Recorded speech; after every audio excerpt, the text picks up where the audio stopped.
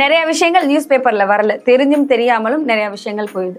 அந்த விஷயத்துல நீங்க நிறைய கேஸ் வந்து கண்ணால பார்த்திருக்கீங்க, பிராக்டிக்கலா நிறைய விஷயங்கள் பார்த்திருக்கீங்க. உங்க மூலமா இதுல இருந்து ஒரு தகவல் மக்களுக்கு போகட்டும். இப்ப வந்து ஒரு விஷயம், இந்த மாதிரி ஒரு குழந்தைக்கு வந்து இப்படி ஒரு துன்புறுத்தல் இருக்குது, அந்த குழந்தைனாலும் சரி அந்த வீட்டுல இருக்கவங்கனாலும் அந்த விஷயத்த வெளியே போய் சொல்ல பயப்படுறாங்க. அவங்க என்ன மாதிரியான நடவடிக்கைகள் எடுக்கணும்? இப்ப குழந்தைகள்னு சொல்லும் போது இப்ப 5 வயசுக்கு உட்பட்ட குழந்தைகளை முதல்ல எடுத்துக்கலாம். கண்டிப்பா 5 வயசுக்கு உட்பட்ட குழந்தையா இருக்கும் பட்சத்துல இந்த குழந்தையோட பாதுகாப்பு முழுக்க அந்த பெற்றோர்கள் மட்டுமே. நீங்க இப்ப காலகட்டத்துல நீங்க பாத்தீங்கன்னா கூட்டு குடும்பம்னு சொல்றது இன்னைக்கு இல்ல. அது ஒரு காரணம், முக்கிய காரணம். இந்த மாதிரிப்பட்ட குழந்தைகள் வந்து பாதிக்கப்பட்டதுக்கு அது முதல் முக்கிய காரணம்.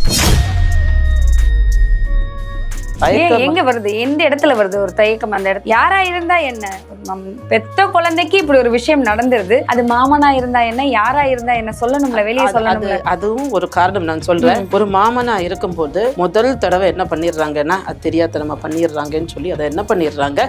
அதுக்கு பிறகு அந்த பிள்ளைகிட்ட என்ன சொல்லிடுறாங்க, பார்த்திருக்கணும். அந்த மாமாவை என்ன சொல்லிடுறாங்க, நாங்க இல்லாத நேரம் நீங்க வர வேணாம் அப்படின்னு சொல்லி நாசூக்கா அந்த இடத்த தாண்டுறாங்க.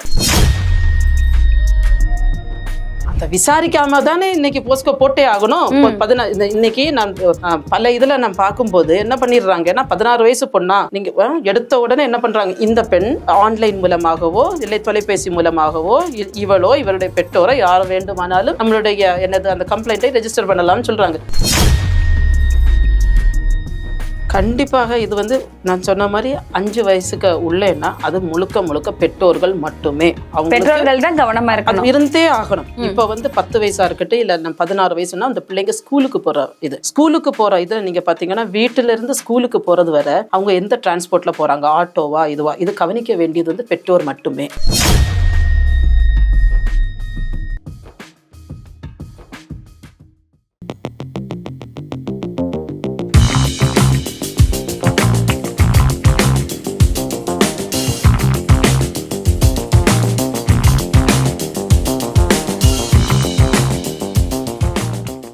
தமிழ் நேயர்களுக்கு வணக்கம். இன்றைய நேர்காணலில் அட்வொகேட் எஃப் எமலின் பெலிண்டா அவங்க கிட்ட வந்து நம்ம நிறைய விஷயம் கேட்டு தெரிஞ்சுக்க போறோம்.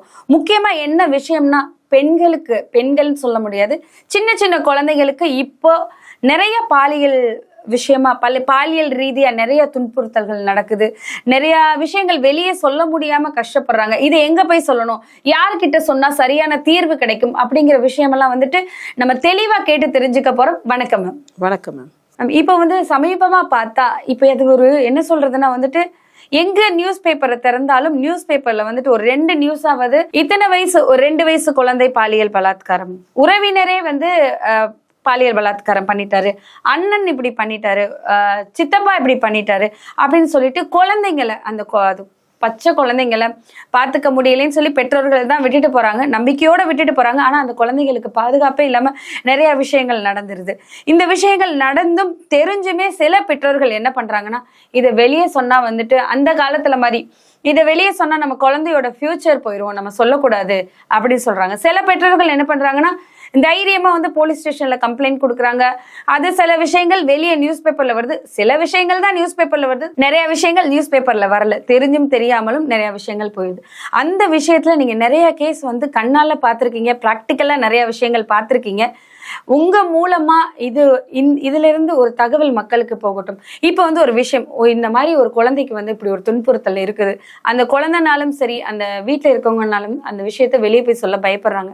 அவங்க என்ன மாதிரியான நடவடிக்கைகள் எடுக்கணும்? இப்ப குழந்தைகள்னு சொல்லும் போது இப்ப 5 வயசுக்கு உட்பட்ட குழந்தைகளை முதல்ல எடுத்துக்கலாம். கண்டிப்பா 5 வயசுக்கு உட்பட்ட குழந்தையா இருக்கும் பட்சத்துல இந்த குழந்தையோட பாதுகாப்பு முழுக்க அந்த பெற்றோர்கள் மட்டுமே. நீங்க இப்ப காலகட்டத்துல நீங்க பாத்தீங்கன்னா கூட்டு குடும்பம்னு சொல்றது இன்னைக்கு இல்ல. அது ஒரு காரணம், முக்கிய காரணம். இந்த மாதிரிப்பட்ட குழந்தைகள் வந்து பாதிக்கப்பட்டதுக்கு அது முதல் முக்கிய காரணம். 2வது நீங்க பாத்தீங்கன்னா இப்ப இருக்கிற காலகட்டத்துல அம்மா அப்பா, அண்ணன் தம்பி, குழந்தைங்க, இந்த அம்மா அப்பா எல்லாம் கண்டிப்பாக இருவரும் வேலைக்கு செல்பவர்களா இருக்காங்க, இல்லைன்னா அட்லீஸ்ட் ஒருத்தராரு வேலைக்கு போறவங்களா இருக்கிறாங்க. இதை என்ன பண்ணிக்கிறாங்கன்னா மற்றவங்க பிரயோஜனப்படுத்துற அளவுல இந்த பிரச்சனைகளுக்கு காரணமே அதுதான். முக்காவாசி குடும்பத்துக்குள்ள இந்த சின்ன பிள்ளைங்கன்னு வரும்போது இந்த பிள்ளைங்களை மிஸ்யூஸ் பண்றது யாருன்னு பாத்தீங்கன்னா சொந்தக்காரங்க மட்டுமே. மூணாவது நபர் உள்ளே வந்திருந்தால் மட்டும்தான் அந்த பெற்றோருக்கு என்ன தோணும்னா, போய் போலீஸ் ஸ்டேஷன்ல சொல்லணும்னு சொல்ற ஆத்திரமும் ஆதங்கமும் அங்கதான் வருது. அப்ப குடும்பத்துக்குள்ளேயே இதை பண்ணனாங்கன்னா அவங்க சொல்ல மாட்டாங்க, வெளியே சொல்ல மாட்டாங்க. கண்டிப்பா. அதாவது எனக்கு வந்து பிராக்டிக்கலா நான் உங்கள்கிட்ட பேச விரும்புறேன். ஏன்னா நான் நிறைய யூடியூப்ஸ்ல பாத்துட்டேன். அத்தனை பேரும் ஒரு தியரிட்டிக்கலா பேசிடுறாங்க. போஸ்கோ சட்டம்னா என்ன, இந்த சட்டம் எப்படி இவங்களுக்கு போகுது, யார் யார் இதுல பாதிக்கப்படுவாங்க, என்னென்ன விதத்துல இவங்களுக்கு சட்டம் பாயும்னு சொல்றது எல்லாரும் பேசுறாங்க. ஆனா நீங்க பாத்தீங்கன்னா இந்த பாதிக்கப்பட்டவங்க யார் இந்த போலீஸ் ஸ்டேஷனுக்கு வர்றாங்கன்னா, மூணாவது நபர் ஒருவர் ஒரு பிள்ளையை தாக்கினால் மட்டும்தான் அந்த பெற்றோரா இருக்கட்டும், அவர்கள் குடும்பத்தினரா இருக்கட்டும் ஓடி வர்றாங்க. ஆத்திரம் வருது. எங்க வீட்டு பிள்ளைய மூணாவது ஒருத்தன் வந்துட்டான். ஆனா அதே வீட்டுல ஒருவேளை ஒரு மாமாவோ சித்தப்பாவோ வந்து அங்க சொல்றதுக்கு என்ன பண்றாங்க, தயக்கம் ஆறாங்க. தயக்கம் எங்க வருது, எந்த இடத்துல வருது ஒரு தயக்கம்? அந்த இடத்துல யாரா இருந்தா என்ன, பெத்த குழந்தைக்கு இப்படி ஒரு விஷயம் நடந்துருது, அது மாமனா இருந்தா என்ன, யாரா இருந்தா என்ன, சொல்லணும்ல, வெளியே சொல்லணும்ல. அதுவும் ஒரு காரணம். நான் சொல்றேன், ஒரு மாமனா இருக்கும்போது முதல் தடவை என்ன பண்ணிடுறாங்கன்னா, அது தெரியாதனமா பண்ணிடுறாங்கன்னு சொல்லி அதை என்ன பண்ணிடுறாங்க, அதுக்கு பிறகு அந்த பிள்ளைகிட்ட என்ன சொல்லிடுறாங்க, பார்த்துருக்கணும். அந்த மாமாவை என்ன சொல்லிடுறாங்க, நாங்க இல்லாத நேரம் நீங்க வர வேணாம் அப்படின்னு சொல்லி நாசூக்கா அந்த இடத்த தாண்டுறாங்க. அது ஒரு மூணாவது நபரா இருக்கும் போது முதல் இதுலயே போய் என்ன பண்ணிடுறாங்க, அது மாமன் கூட இருக்கலாம், எல்லாரும் சேர்ந்து அந்த மூணாவது நபரை போய் அங்க போய் என்ன பண்றாங்கன்னா காவல்துறையில போய் அணுகுறாங்க. அப்ப இதை நீங்க பாத்தீங்கன்னா இதோட இந்த ஸ்டிக்மா, இது ஒரு சோசியல் ஸ்டிக்மா, இது ஒரு ஃபேமிலியல் ஸ்டிக்மா. இந்த ஸ்டிக்மாவை மாத்தணுமானா எங்க இருக்கு? சட்டம் கொண்டு வந்து மாற்ற போறதே இல்ல இல்ல. சரிங்களா? சட்டமே இதுல வேலையே கிடையாது, அவங்க மனசுலதான் இருக்கு. கண்டிப்பா. அப்ப கூட வந்து அந்த மாமாவை பேசி நீங்க வராதீங்கன்னு சொல்லிடுறாங்களே தவிர கண்டிக்கிறது அந்த குழந்தைய தான் கண்டிக்கிறாங்க. நிறைய டெக்னாலஜி நம்ம என்னதான் வளர்ந்திருந்தாலும் அந்த இடத்துல அந்த காலத்துல இப்படி பொம்பளை பிள்ளைய வெளியே விடக்கூடாது, பொம்பளை பிள்ளை இங்கேதான் இருக்கணும் அப்படிங்கிற ஒரு ரூல்ஸ் எல்லாம் பேசுவாங்க. அதுதான் பண்றாங்க. அப்பயும் அந்த இடத்தில் அந்த குழந்தை தான் கண்டிக்கப்படுகிறது. யார் தப்பு செஞ்சாங்களோ அவங்களுக்கு அந்த தண்டனை கிடைக்கல. இப்போ உங்களுக்கு பிரகாரமா தப்பு செய்தான்னு நீங்க பலமுறை பேசிட்டீங்க. எப்போ தப்புன்னு சொல்லி வருது தெரியுங்களா? சரிங்களா? இப்போ உதாரணம் வந்து ஒரு பிரச்சனை ஒரு பெண்மணிக்கு ஒரு 10 முதல் ஒரு 16 வயசு பொண்ணுக்கு நடக்குதுன்னு வைங்களேன். ஒரு நாள் நடந்தால் அது ஒன்றும் இல்லைன்னு விட்டுடுறோம். சரியா? சொல்லியும் திரும்ப திரும்ப அந்த பிள்ளைக்கு ஒரு அழுத்தமோ தேவையற்ற ஒரு தொந்தரவு கொடுக்கும்போது அந்த பிள்ளைக்கு கிட்ட என்ன வருது, ஆத்திரம் வருகிறது. அந்த ஆத்திரம் வந்த பின்னர் தான் எங்க போறாங்க, ஏன்னா காவல்துறையிட்ட போறாங்களே தவிர ஆத்திரம் முதல் நாள் தீண்டின உடனே வருவதல்ல. சரிங்களா? அது ஒரு நாள் 2 நாள் 3ஆவது நாள் வரும்போது தான் அந்த ஆத்திரம் வருது. அந்த ஆத்திரம் வரும்போது மட்டும்தான் காவல்துறைய போய் என்ன பண்றாங்கன்னா போய் இந்த தகவலை கொடுக்குறாங்க. சரி. இதுலயும் இந்த பிள்ளைக்கு வர்ற ஆத்திரம் மாதிரி அவங்க பெற்றோருக்கு வருமானு கேட்டா அதுலயும் தாமதம் தான். பெற்றோர்கள் இப்ப இருக்கிற பிள்ளைங்கனால ஏதாவது ஒண்ணு நடந்துருச்சுன்னா ஒருக்கா விட்டு வைக்கிறாங்க. இப்ப இருக்க பிள்ளைங்க ஒருக்கா சொன்னா விட்டுறாங்க. 2 முறை 3 முறைன்னு வரும்போதுதான் அவங்க என்ன ஆகுறாங்க, கோபப்படுறாங்க.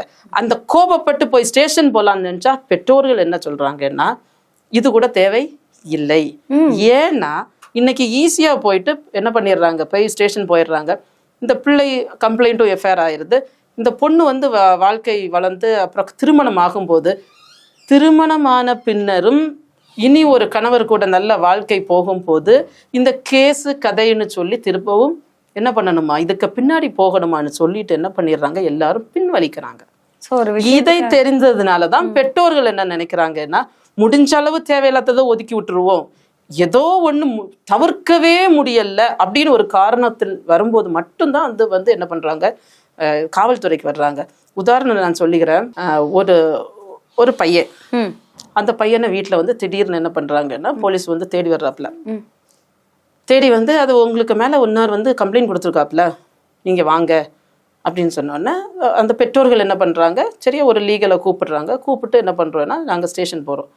இந்த பெண்மணியை உங்களுக்கு தெரியுமான்னு கேட்குறாப்புல. சரி. அந்த நபர் சொல்றாரு, இந்த பெண்மணி எனக்கு தெரியவே தெரியாது, இவளின் அக்கால எனக்கு தெரியும், ஏன்னா நான் அக்கால சைட் அடிக்கிறேன். சரிங்களா? அக்கால சைட் அடிக்கிறேன், போற வரையில தேடிட்டு இருக்கிறேன், காணோன்னு சொன்னோன்னா தங்கச்சிட்ட கேட்குறேன், நான் உங்க அக்கா எங்க காணோம் மேடி, நான் அவளை லவ் பண்றேன், நான் சைட் அடிக்கிறேன், ஆன போறேன்னு சொல்றாங்க.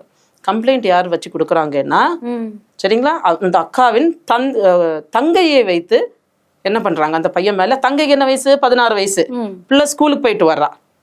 சரிங்க. அப்போ எப்ப இந்த கம்ப்ளைண்ட் வருது, பெற்றோர்களுக்கு எப்ப இந்த ஆத்திரம் வருது, தனது மகளை இன்னொருத்தன் ஓட்டுறான் சைட் அடிக்கிறான்னு சொல்லும் போது ஆத்திரம் வருகிறது. சொல்லி பாக்குறாங்க, அவன் விடுறது மாதிரி இல்ல, ஆத்திரம் வருது. அந்த ஆத்திரத்துக்கு யாரை பிரயோஜனப்படுத்துறாங்க?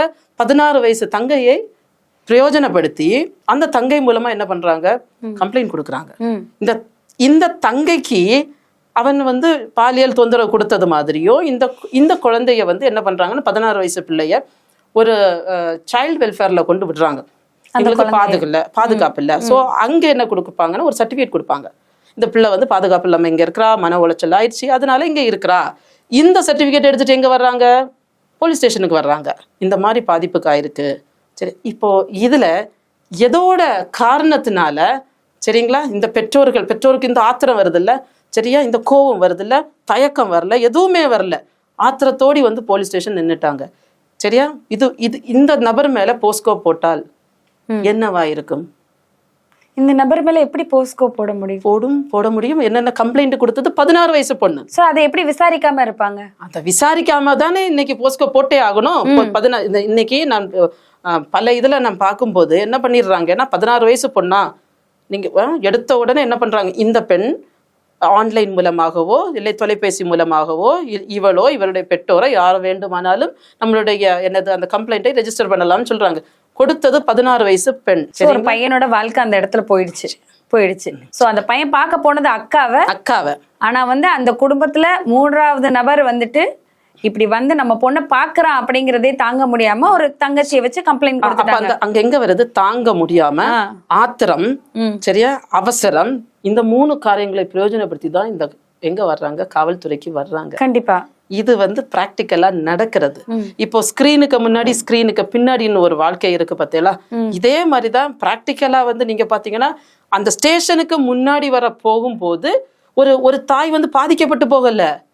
அங்க பின்னணிவுல என்ன இருக்குன்னு சொன்னா ஆத்திரம் இருக்கு, சரி, வைராக்கியம் இருக்கு, கோபம் இருக்கு.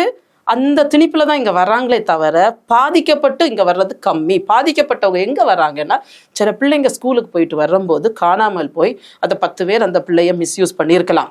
அப்படி வரும்போது அது ஆட்டோமேட்டிக்கலா ஒரு பேரண்டுக்கும் வரும், சமுதாயத்துக்கும் வரும், பக்கத்து வீட்டு எல்லாருக்கும் வரும். இந்த மாதிரி ஒண்ணு ஆயிடுச்சே, அந்த மாதிரி ஆயிடுச்சேன்னு வரும்போது 16 வயசு பிள்ளையா இருந்தா அந்த சட்டம் போஸ்கோவுக்கு வருது, கேங் ரேப்னு வருது. இது உண்மையாகவே பாதிக்கப்பட்டவர்களின் ஒரு மாற்றம்னு நம்ம சொல்லலாம். சரி, இப்போ சமீபத்துல கூட பாண்டிச்சேரியில ஒரு குழந்தைக்கு இந்த மாதிரியான ஒரு விஷயம் நடந்தது. அந்த நேரத்துல ரொம்ப பரபரப்பா பேசப்பட்டது அந்த விஷயங்கள் எல்லாம். அதுக்கப்புறம் அதை பத்தின எந்த தகவல்களும் வெளியே இல்லை. அப்படி அமைதியாயுது. அடுத்தடுத்து தொடர்ந்து சிறுமி பாலியல் பலாத்காரம் 2 பேர் சேர்ந்து 3 பேர் சேர்ந்து உறவினர்கள் சேர்ந்து அப்படிங்கிற விஷயம் கொண்டேதான் இருக்கு. இதுக்கு ஒரு முடிவு கொண்டுட்டு வரணும் அப்படின்னா என்ன பண்ணணும்? கண்டிப்பாக இது நான் சொன்ன மாதிரி 5 வயசுக்கு உள்ளேன்னா அது முழுக்க பெற்றோர்கள் மட்டுமே. பெற்றோர்கள் தான் கவனமா இருக்கணும், இருந்தே ஆகணும். இப்ப 10 வயசா இருக்கட்டும் இல்ல 16 வயசுனா அந்த பிள்ளைங்க ஸ்கூலுக்கு போற இது நீங்க பாத்தீங்கன்னா வீட்டுல இருந்து ஸ்கூலுக்கு போறது வர அவங்க எந்த டிரான்ஸ்போர்ட்ல போறாங்க, ஆட்டோவா இதுவா, இது கவனிக்க வேண்டியது பெற்றோர் மட்டுமே. ஸ்கூலுக்கு போயாச்சுன்னு சொன்னா அது அந்த மேனேஜ்மெண்டை பொறுத்து மட்டுமே.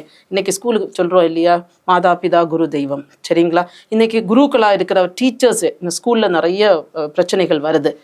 இது ஆரம்ப கட்டத்திலேயே அது நுள்ளி எறியப்பட்டிருந்தால் எந்த இன்ஸ்டிடியூஷன்லயுமே இது நடக்கிறதுக்கு சாத்தியமே இல்லை. ஒரு வாத்தியாரா இருக்கட்டும், அந்த மாதிரி ஒரு குழந்தைய மிஸ்யூஸ் பண்றதா இருந்தால் அந்த மேனேஜ்மெண்ட் அது எடுத்த உடனே அவருக்கு ஒரு சஸ்பெண்டோ ஏதோ ஒரு காரியங்கள் செய்திருந்தால் மென்மேலும் அந்த ஸ்கூல்ல அந்த மாதிரி காரியங்கள் நடைபெறாமல் இருக்கும்.